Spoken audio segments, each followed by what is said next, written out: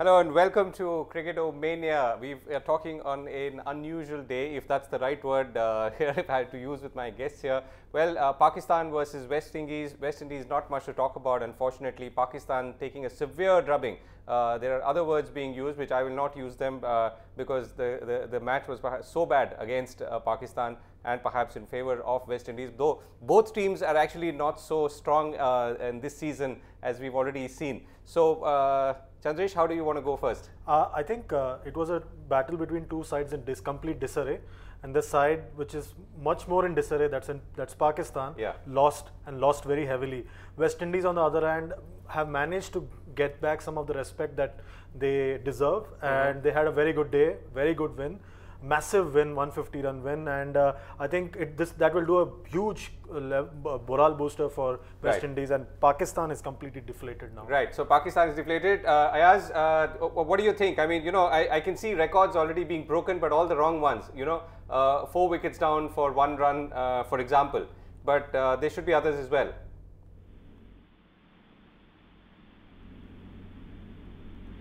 Right, I don't think we seem to have got Ayaz. So let's look at some of the stats, Chandresh. So 4 wickets down in with one ball or 1 run. How does that sound? I mean, is it happened any time before in your mind? It's not happened. The previous time it happened was with Canada. So you can imagine the level of destruction that Pakistan had today, and it also points to the complete lack of approach from the top order of Pakistan and the complete lack of planning in the top order of Pakistan. I think the problem stems from the fact that they don't know what to do with Yunus Khan. They make him open and then they push him down to number 3.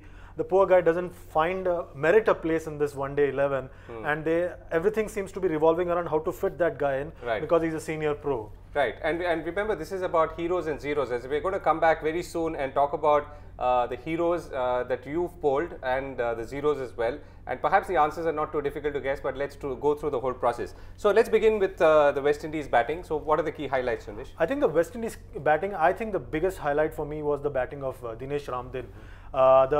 He's someone who's really stood out in the last 10 years. He's been in the side. He's been like the only constant factor in the side. I think he stood out for me, and Lendl Simmons also has been in very good form. So I think, in my view, Dinesh Ramdin was the one who stood out for me. But I'm sure many would. They had both Russell and Ramdin had very high strike rates. Very good, very high strike rate. Russell is the X factor of the West Indies lineup, but I think at some level Ramdin set the tone for the West Indies score, and the fact that they reached 310 is a testimony to the effort put in by Ramdin, Darren Bravo, and also Lendl Simmons. Right. Tell me, so let's come back to the strike rates, right? So you said Dinesh Ramdin and Andre Russell again scored very well. 89 runs were scored in 6 overs by the West Indies. So what happened for West Indies, and what happened in the sense against Pakistan? Why did they not? Why did they lose the plot? I think Pakistan lost the plot because they didn't know how to bowl in the slog overs, and I've seen that previously with Wahab Riaz, especially against West Indies a couple of years ago in West Indies, when they allowed a 10th wicket partnership to score about 40 runs to win a match. So I think at some level Pakistan lost the plot, and they didn't know how to tackle the death overs, and that made the huge difference. And from there on, West Indies just kept piling up the pressure on Pakistan when they were batting as well. And I think the lengths were not correct. Both Sohail Khan, Wahab Riaz really struggled at the death overs, and and they were in complete disarray. You could see that in the way they fielded, they dropped catches, and it was a completely listless performance by the Pakistan side. Right, and Misbah said that they lost in all 3 departments. Absolutely. Right, absolutely. Bowling, fielding, batting. So that's the West Indies side. Let's look at Pakistan, right? I know there's not much to talk about, but still, I mean, at least there were 1 or 2 good scoring rounds, and let's talk about that. Yeah, so Umar Akmal is a talent who needs to deliver much more. But I think that Pakistan has got confused about how to deal with him, because he likes to bat up the order, and they keep pushing him down the order and make him keep wickets. And I think that's a mistake that they're making. I think they need to push him up the order, make him play at number 4, give him more responsibility, and get more out of him. And some of the others like Afridi hung around for a bit, and but the failure really lies at the top of the order. I think Ahmad Shahzad needs to stand up and be counted. He's been around for like 4-5 years now, and he's not really delivering. He likes to call himself the Virat Kohli of Pakistan, but he never delivers like Virat Kohli. And Yunus Khan, for example, in the last 6 years has got just 2 one-day hundreds. So that shows the level of impact that Yunus Khan has had in one-day cricket. He's very good in test matches, but in one-day cricket he really struggles. So I think the overall approach of Pakistan needs to change. There's no quick fix solution for Pakistan now, and I think the major thing is that they need to push in Sarfraz Ahmed, who's a wicketkeeper, and make Umar Akmal bat at number 4 now, from now on. Right. So Ayaz, are you there with us? Okay, right. So we can't get Ayaz again, but we've been trying to get him as we count down to the heroes and zeros. So going on to the Pakistan thing, what about the West Indies bowling for against Pakistan? West Indies bowling, Jerome Taylor, fantastic. I think I saw him in 2006 here in Bombay, bowling a dream spell in the Champions Trophy. And after that, he just went off the boil, and he wasn't really at his best again. But he's finally found his mojo, as it were. And today really struck early and bowled at very good pace. I think that's a very good sign for West Indies, because Jerome Taylor is a key factor in their bowling lineup, because he has that pace and he swings the ball and he's very good. Right. So both teams, that's West Indies and Pakistan, seem to be obviously having a newer crop of players compared to some of the others, and that's why perhaps they are at a disadvantage. Also, there seems to be questions about leadership, whether it's at the coach level or at the captain level, right? Yeah, absolutely. West Indies more so than Pakistan. Pakistan has had a settled captain for the last 4-5 years in Misbah. Coach? Coach Waqar Younis came back after he quit in 2011. So they have had some issues there. Fielding coach has had a fight with the senior players, and that I think at some level that resulted in the dropped catches. Yeah. You saw so many drop catches. Yeah. Easy catches dropped. And the younger players were at fault. And similarly with West Indies, they've had Jason Holder being put into the role of captaincy, albeit by default, because they don't have the other senior players and they don't want to give the role to, say, a Chris Gayle, and they don't have a full-time coach. So they are working on the basis of inputs by Richie Richardson, who's the manager, and Curtly Ambrose as a consultant.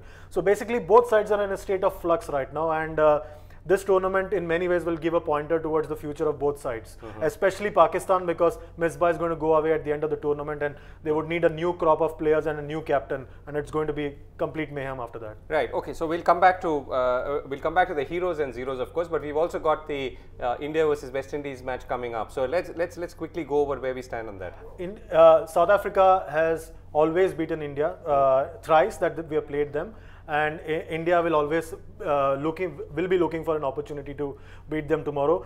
It will be a tough challenge for India, because South Africa has a very good side and they have a very deep batting lineup, and India's bowling will be called into question tomorrow, and they'll be really tested tomorrow at the MCG. Ayaz, have you finally joined us? I have Govind.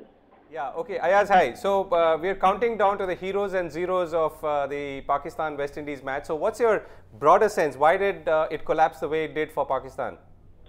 You know, I think they're just not prepared mentally and physically. I mean, in terms of temperament. Look, I mean, any side which puts down 7 or 8 catches consistently in match after match is going to be in serious trouble. I just think that, you know, this team is in disarray, and they've got too many players, I think, who are perhaps over the hill, which is pretty much the case also with the West Indies. I mean, you look at the way Chris Gayle and Dwayne Smith have approached their task, and you would think that you know, today's game, if it wasn't a World Cup and an international match, you would think it was a spoof. The manner in which these the strokes were hit, the catches were put down, and then chasing 310 on that pitch wasn't an impossible task, but Pakistan were 4 wickets down in the first 3 overs. I completely agree with him. I think at some level, fielding was a major villain for Pakistan, and it showed the complete lack of cohesiveness in the unit, I think, at some level, and I think that completely put off Pakistan of its plans to make a comeback in the match, and I think that's the main reason why Pakistan find themselves in a spot of bother right now, and they have a major issue now going ahead in the tournament. Right. Ayaz, we are counting down to the heroes and zeros. So, do you have any picks for the zeros first? Well, you know, I think that the West Indies have come out of the ICU in their pool, and Pakistan have entered the ICU. So, I mean, in a sense, the entire Pakistan team is has been culpable. I thought that the bowlers tried their best, especially Mohammad Irfan. Look, the bowlers can at best create opportunities. Not every batsman can be clean bowled. So you have to have the fielding support. Pakistan just didn't have that, the wherewithal to kind of give them that support. But if you ask me, I think that the top 4 batsmen certainly were guilty. It's not that the West Indies bowled very well. They did. A couple of deliveries which got Yunus Khan, I think, was a terrific delivery. But when you're chasing 310, you can't do it, in a harebrained manner. There has to be some kind of a plan. And there just seems to be nothing, in evidence as yet that there is some thought going into what Pakistan is doing. Right. So who's your pick, Ayaz? I'm not sure I got that. So my pick for the hero would be Andre Russell. That's a no-brainer because he batted well, he bowled well, and he was a success story for the West Indies. So that's the hero. Okay, no, we'll come to the hero in a moment. What about the zero first? From Pakistan's point of view, I thought that Yunus Khan to me has been the big disappointment. He's been the big zero where the batting is concerned, and he was brought into this team to provide stability at the top of the order, which he failed to do. Right. Okay. What's yours, Chandresh? My zero of the day was Ahmed Shehzad because I think much is expected of him, but he's not delivering on his potential. And he also dropped catches, so I think, and misfielded as well. So I would go with Ahmed Shehzad, and my hero of the day was obviously Dinesh Ramdin. Okay, so I'll come back to hero in a moment. So let's look at what the viewers told us. Yunus Khan wins hands down because, I mean, the gap between him and Sohail Khan is quite substantial. Yunus Khan is at 46%, Sohail Khan is at 26%. We are asking obviously to vote for zeros. So, and Ayaz gets the veto, so and the majority vote. So Yunus Khan it is as the zero of the day. Let's talk about heroes now. Ayaz, you first. Well, as I mentioned, Andre Russell, look, he's been threatening to become a major player for the past 4 or 5 years. We've seen some of it in the IPL when he plays for KKR and stuff. He can be an explosive player. He's like most West Indians nowadays, very inconsistent. Maybe this is the turning point of his career. Okay, who's yours? My hero of the day is Dinesh Ramdin. Okay. I think he's quite a character, and he's been one constant factor, like I mentioned earlier, in the West Indies side for the past decade. And he set the tone. His knock 51, I think it set the tone, and he's been in good form with the bat in Test matches and ODI cricket. I'm surprised that he's not the ODI captain. In my view, he should be the ODI captain ahead of Jason Holder, and I think he set the tone. So I would go with him as the hero of the day. Okay, so let's hold the hero thing for a little longer because there's the viewer response is again interesting, and huge gap between the number 1 and number 2. But before we do that, India South Africa coming up tomorrow. What's your sense, Ayaz? I know we've been talking about it, and Chandresh was just saying that we've never ever won a match against South Africa in the World Cup. Against South Africa in the World Cup. So where do we stand today? Well, the stats are loaded against you. If you look at it historically, India doesn't figure very high. But I think actually that the South Africans are beatable. I think that's what the Zimbabwe match showed. Look, they've got a lot of batting. They've got excellent bowlers. They're perhaps the best fielding side in the tournament. And yet, India still ranked number 2 in the ICC. Now, these rankings can go a little haywire. But I think what India will take from the match against Pakistan is that their bowlers bowled really well and the fielding was top class. If they can sustain this form in the bowling and fielding, then I still think our batting is good enough to match the South Africans. And that's really, brings them very close to what the South Africans are capable of. I think ultimately you have to enter the field believing that the South Africans are beatable. If you don't believe that, then you've lost the match in the mind before you've taken the field. Okay, and that's something that we'll have to watch out for. And one thing to note is that in the last 3 ICC tournaments, in both 2020 and one days, we've beaten South Africa. So that's a good positive note. So only the World Cup stats are loaded against us, but not the ICC, of which Chandresh has been an honourable member in the past. So okay, so time to close now. Anything else for tomorrow's match, Chandresh? I think what's the one thing that you're going to be watching out for? Quinton de Kock, whether he manages to get the 4th 100. He's already scored 3 in 3 against India. So if tomorrow we manage to stop Quinton de Kock, that's half the battle won for Dhoni. Ayaz, you're the one thing that you're looking out for?